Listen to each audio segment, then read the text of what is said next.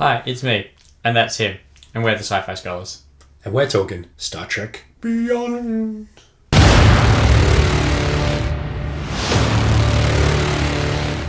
I have no idea why I did it that way, but if you want to stay spoiled free, because you have not seen this movie, you got to click on Sam's face. Yep. Do it.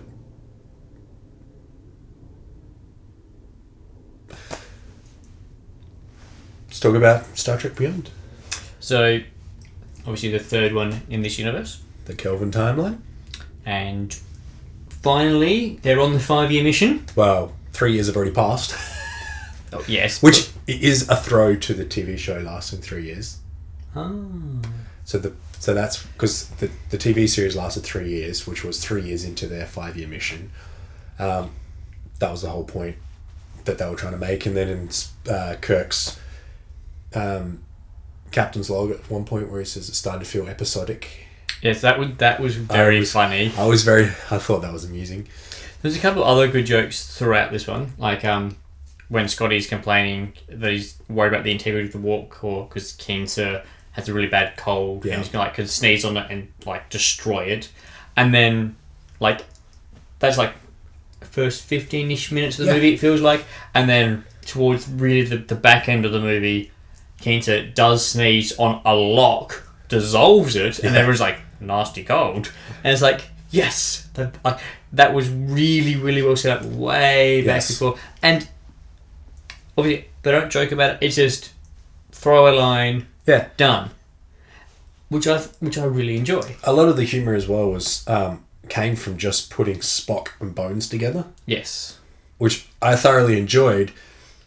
Apart from one thing with Spock was something I was feeling, and then I read someone else's review and I was like, that was something I was feeling and I couldn't put into words, but it's Spock is very emotional in these 3 movies.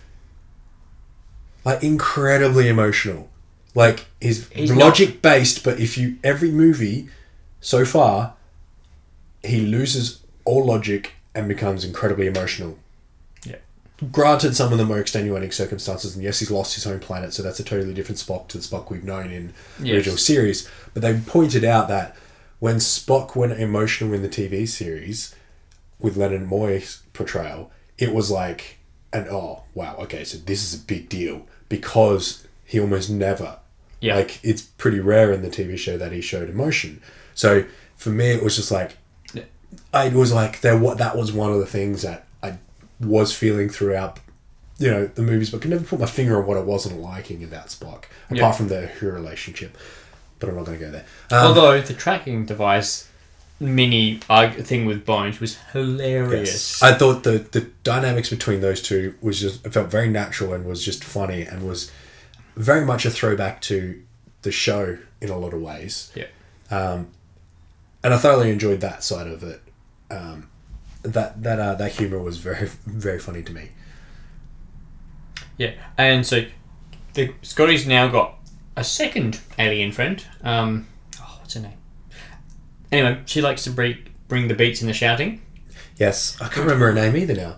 But anyway, we just looked it up. Yeah, we've forgotten her name. Well, actually, I really wanted to know Keen's name because I keep forgetting him. But so now I forgot her name as well now. Which basically, I like Scotty as a character.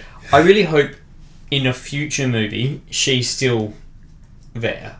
I totally. Yes. They've sent her off to. Well, she's got a Starfleet Academy application, and she's got a Starfleet Academy. I really hope. Yeah. People have theorized is she might be the replacement they use for Anton Yelchin's character. Obviously, because he has passed away, and they're not going to recast him. And I'm glad they're not recasting him. I'm a bit tired, so names are not coming to me today. Yeah, I forgot his name as well. Chekhov. Hey, you got it. Yeah. They theorise that she'll be the replacement, and I think that's a great idea if they do that.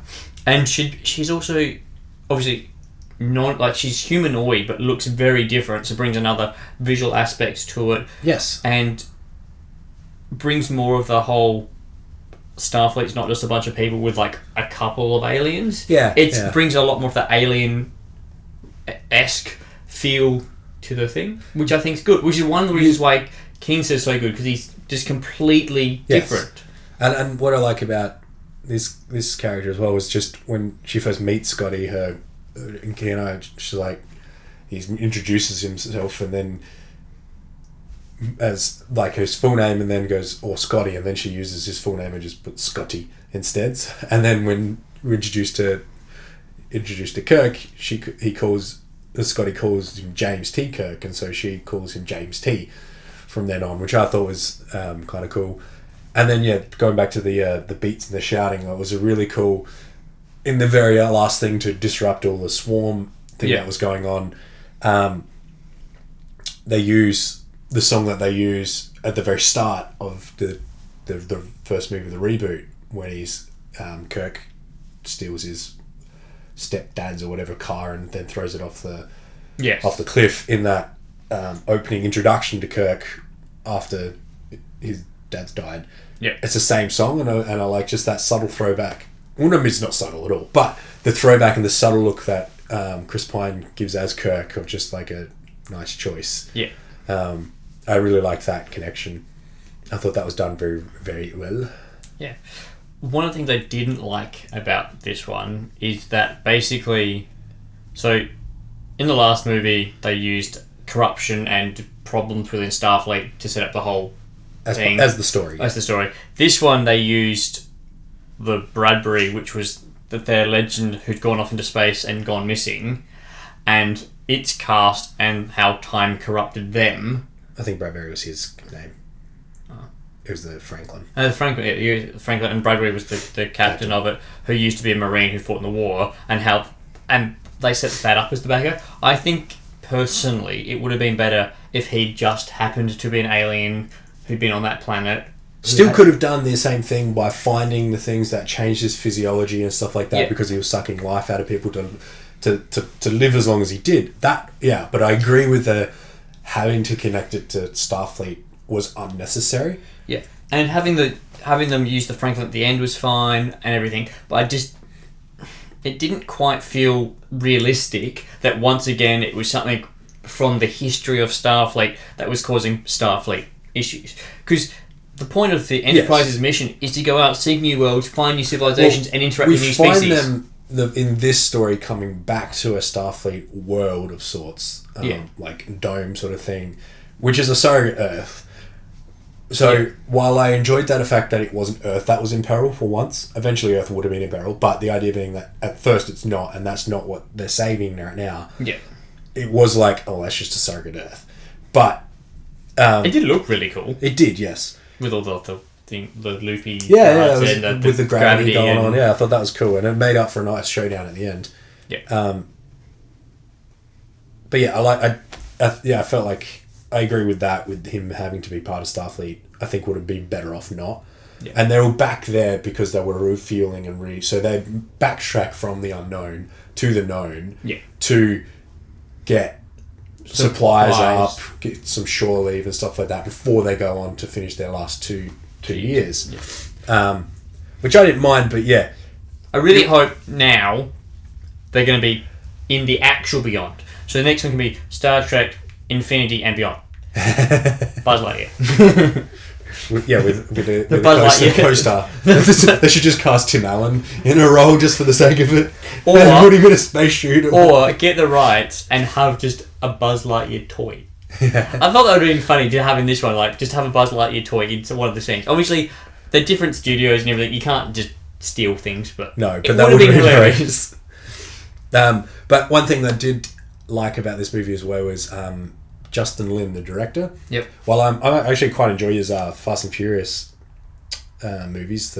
He did 3, 4, 5, 6 of the Fast and Furious franchise. And I thoroughly enjoy his visual style. I was like, I wonder how he's going to go with something that's full on sci-fi. Yep. Because was there enough lens flares? There was none.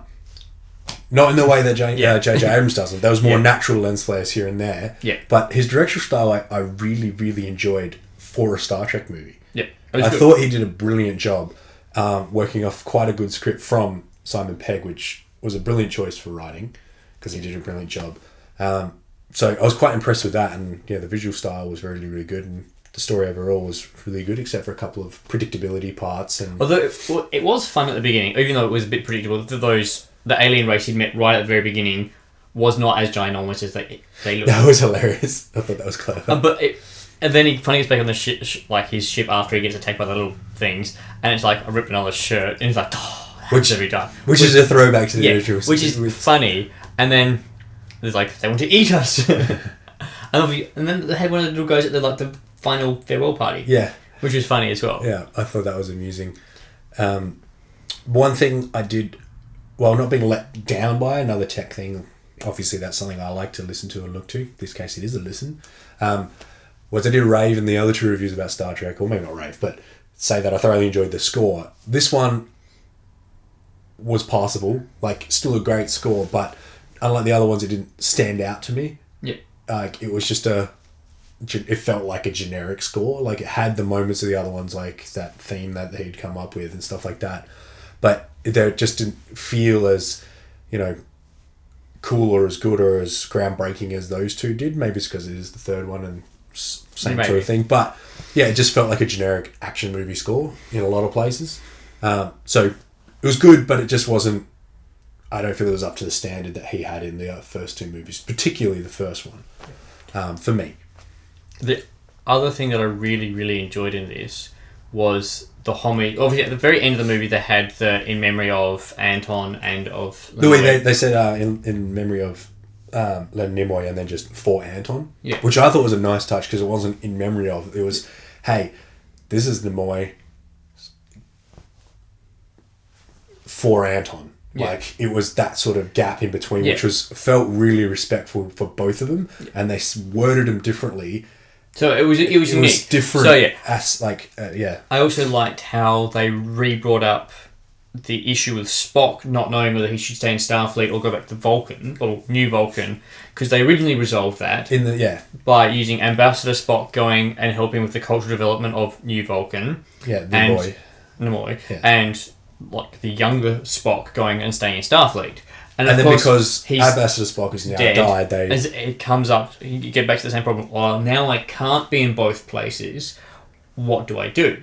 And it caused some drama in the movie, and obviously both he and Spock and Kirk never actually tell each other what they were really going to say, because they both worked through their issues beforehand, and they both know what the other one was kind of going to say, but it's like, yeah, you got through your thing, yeah, I got through my thing, let's keep doing what we're doing. Yeah. Which I thought was really good. Yeah, so overall, I actually think it is the best Star Trek out of the new 3 I'm talking here. Yeah. I don't like to compare the new 3 to the old ones in any way, shape or form. Like, people rank them all the time and they intertwine these ones. I don't like to think of them as the same, like being able to be comparable because they're so different, but still, So for me, I just use this as a trilogy, and as a trilogy, this one I think is the best one out of the trilogy, personally. Just story-wise, movie-wise, just overall, really I just enjoyed it more than I enjoyed the other 2.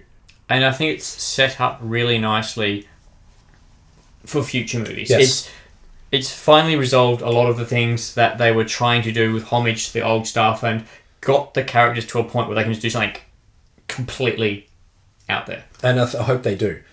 But we will find out in probably 2 years, because I'm pretty certain that's probably when the next... Because the next one's coming out. They already announced a Star Trek 4, but when that comes out, I don't know, and that'll probably be in, 2 years' time. And I'm also excited for when that new TV series comes out. Yes, which is actually set in the Prime timeline, not the Kelvin timeline. Yeah. Which will be interesting in its own right. So that comes out...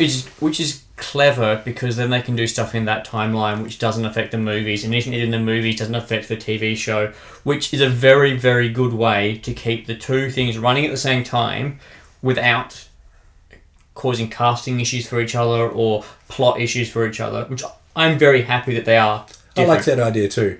And it plays more into original Trek, and I think will be more original Trek, like less emotional Vulcans. Trekkies and Trekkers and whatever they like to call themselves, I always forget, will appreciate more than the newer ones, the ones that don't like the newer ones, because it's to them not real Trek. I think the show is meant to be more to cater towards them, and so we'll find out how good that is when it comes out. I think it's January, or February, whenever. Either way, subscribe, and you'll see us when that comes out. Indeed. Thanks for watching. Live long and prosper.